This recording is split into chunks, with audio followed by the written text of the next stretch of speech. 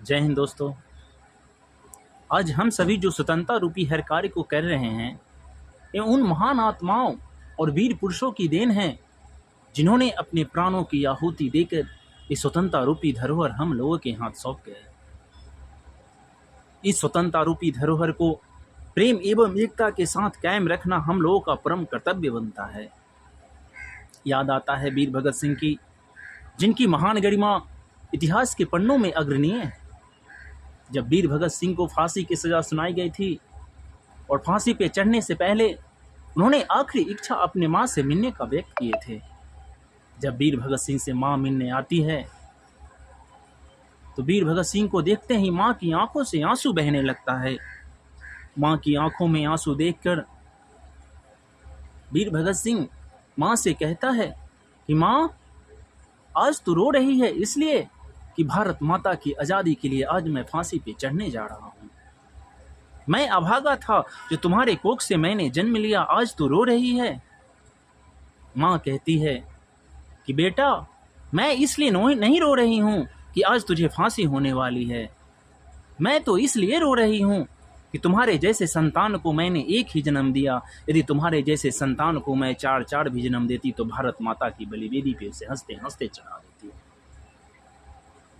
एक तरफ माँ की आंखों में आंसू, दूसरी तरफ वीर भगत सिंह अंतिम मिलन में माँ से कहता है कि माँ, मुझे विदा कर दो, चरण में सिर झुकाता हूँ।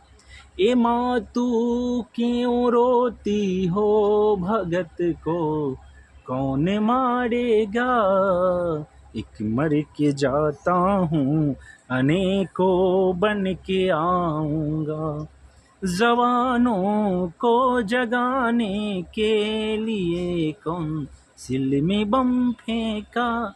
जागने वाले ना जगा तो मैं मर कर जगाता हूँ। ये माँ, मुझे विदा कर दो, चरण में सिर झुकाता हूँ। और वीर भगत सिंह को फांसी पे चढ़ा दिया जाता है। धन्य है वो माता जो ऐसे वीर पुत्रों को जन्म दिया, और धन्य है वो वीर पुत्र जो अपनी भारत माता की आज़ादी के लिए हंसते हंसते प्राणों की आहुति दे। साथियों, इस संसार में जितने भी प्राणी आते हैं उन सबों का एक न एक दिन अंत हो जाता है, लेकिन उनकी अमर कृति इस संसार में रह जाती है।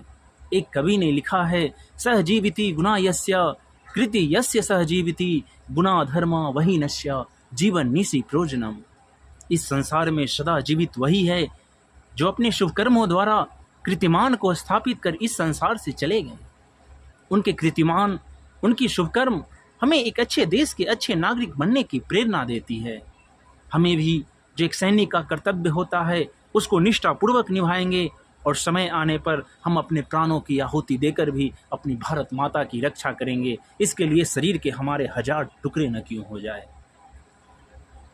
टुकड़े टुकड़े हो जाएंगे चाहे एक एक जुबान की, टुकड़े न होने दूंगा हरगिज हिंदुस्तान की। जैसे टुकड़े करे तमोली देखो समूचे पान की, वैसे टुकड़े कर दूंगा मैं दुश्मन और बेईमान की, टुकड़े न होने दूंगा हरगिज हिंदुस्तान की। जैसे टुकड़े दर्जी करता कपड़े की थान की, वैसे टुकड़े कर दूंगा मैं दुश्मन और बेईमान की, टुकड़े न होने दूंगा हरगिज हिंदुस्तान की। जैसे टुकड़े कसाई करता बकरे की संतान की, वैसे टुकड़े कर दूंगा मैं दुश्मन और बेईमान की, टुकड़े न होने दूंगा हरगिज हिंदुस्तान की। टुकड़े टुकड़े हो जाएंगे चाहे एक एक जवान की, टुकड़े न होने दूंगा हरगिज हिंदुस्तान की। जय हिंद।